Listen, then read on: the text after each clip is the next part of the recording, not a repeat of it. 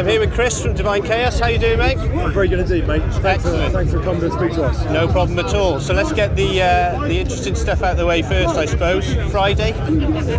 Yeah, it was a great one. It was our first gig back in a long time. Yeah.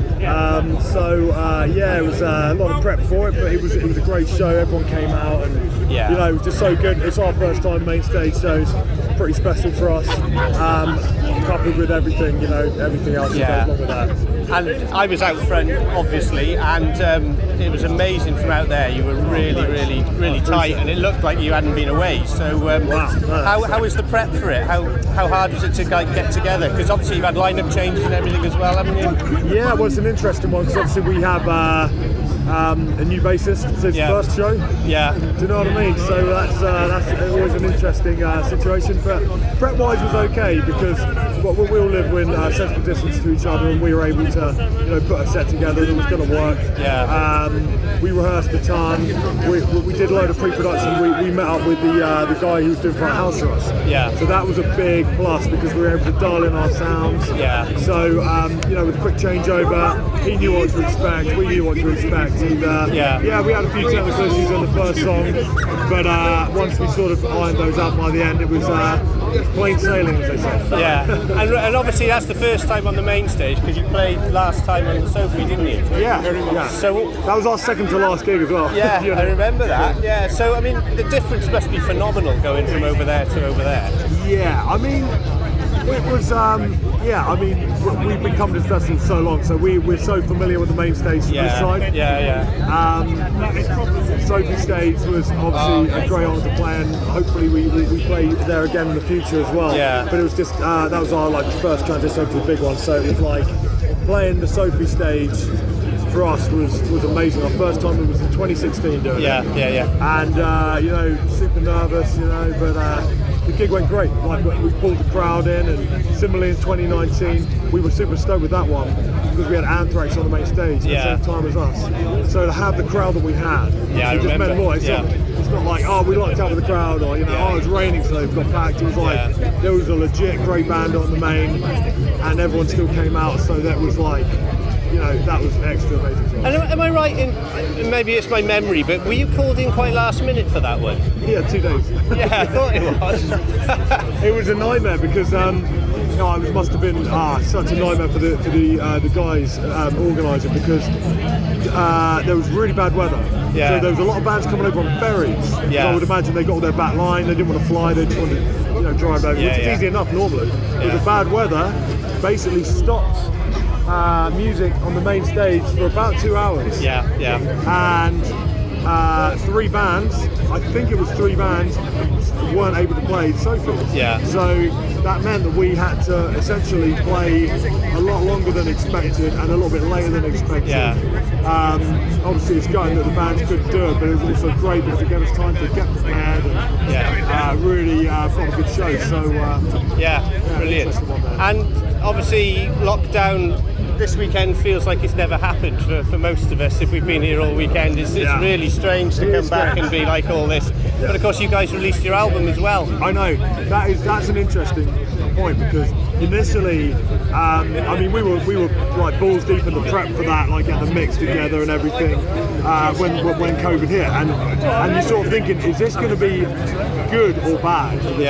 Because you just think, not that obviously people have way bigger problems than the damn album release happening over the last year, people have jobs and loved ones, but obviously the thing that we were doing was the album release, so it's like, well, what do we do? Do we put this out? Is this going to be remember this is the COVID album or something? You know what I mean? But actually it kind of, we were able to use it to our benefit in the fact that people were obviously in and looking for something to do. So people were engaging with it quite a bit, which it's just a silver lining on a pretty dark cloud. And what about the actual decision to release it when it did? Did you go to plan or did you delay it at all? No, I mean we had already done the pre-sales. So we were like, friggin', it's got to go. We've got to put it out. What we're going to do is refund everyone. Eventually we got to get it out. And it's like, it didn't look like this shit was going to be over anytime soon. So we were like, let's just get it out. At least we had time to, sending the shit out. That was a thing altogether. That was the worst, it was like getting to the post office and like turning up with these frigging they were frowning at you if you turn up with a first class letter, and we're turning up with like these bags of merch and CDs. So big shout out to the post office there, thank you. It was. And it's a cracking album. So reception wise, were you pleased with it? Did it come out? Yeah, I think so. I think I always feel like you can gauge a reaction. Not so much people say, "Oh, it's a good album," but a lot of people were saying like specific songs, like people picking out songs. Obviously, that's a good sign when they're like, they can list like 4 or 5 tunes that really stood out to them, and there's been a lot of that. And similar to the last album, it's good in the sense that there's not like one single that everyone just gravitates towards. It's always a mixed group of songs, so it seems to have sort of like translated across all the tracks for people, which is makes choosing the set a bit harder, but at least people like it. But it's a good choice to now have more songs to be able to play, and gives you a bit more options, I suppose. It is, but it isn't, because it gets a bit heated on the... Is there a lot of discussion, a lot of heated discussions there? I think, when you're choosing a set list, you've almost got to structure a set list like you're writing a song. So we try and like mix up the pace. So I think if you're on one pace for like too long, it starts to drag. Similarly, when you're writing a song, you might have like faster half-time riff, you structure in a way that the pace moves. We try and do that with the set. We structure the set so there is a variation in tempo, variation in feel. It just keeps people engaged. Brilliant. So you've obviously been here. Have you been here all weekend, or did you come in on Friday? The whole thing. Yeah, we came on Wednesday. Yeah. What's the highlights been for you? Apart from just being here. Yeah, exactly. I mean, just the experience of being around, seeing, even before, lockdown, there's people here that I hadn't even seen like a couple of years before. So just catching up with old friends and reconnecting with everyone has been super sweet. But I'd say band-wise, Onslaught were absolutely ridiculous. Weren't they? Absolutely ridiculous. That was amazing.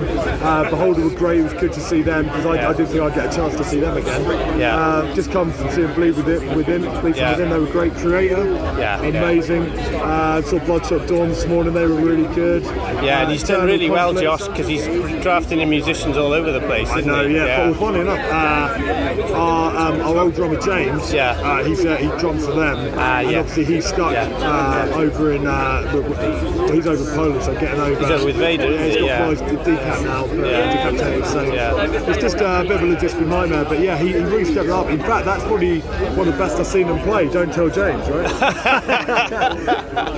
So after this, obviously, you've got some dates coming up. And the next time I'll see you is in a couple of weeks in the Griffin in Bristol. Excellent, I think it's about 3 weeks. Which is going to be slightly different to playing on the main stage. It's funny because obviously you're so focused on this. But I know we had gigs coming up, and I'm really looking forward to playing them. But I've not really been paying attention to the dates. So once we got on stage, right, when are we playing next? And now I'm looking through things. Shit, it's like 3 weeks, man. But I can't wait to get back out again. So that's going to be a great one. Sophie Fest is going to be cool. We've got one in Oxford. We're playing with Diamond Head there. There's time to forget, but then the big one will be next year with the Evar tour. That's going to be sweet, because we're massive fans of Evar. And you've got Tortured Demon along as well, the young lads. So that'll be amazing. I checked them out. Good band. That's going to be cool. I'm sure we're going to have a good old time. Great. So we'll be crossing paths again, because I'll be seeing you in Bristol, and I'm living in Newport, so you're playing Cardiff as well. So I'll be seeing you there as well. The Evar we're getting down. The Evar gig. So that'll be brilliant. I interviewed Ben the other day, and I was looking forward to that. It's just such a great gig. And you're playing in the Globe, I think, in Cardiff, which is a cracking. That's a good one, isn't it? Good PA. It'll be all right, but it'll be hot and it'll be sweaty. It'll be exactly what you want. Exactly. Missed that. Brilliant. Thank you, Chris. Appreciate your time, mate. Thanks, man. Appreciate it.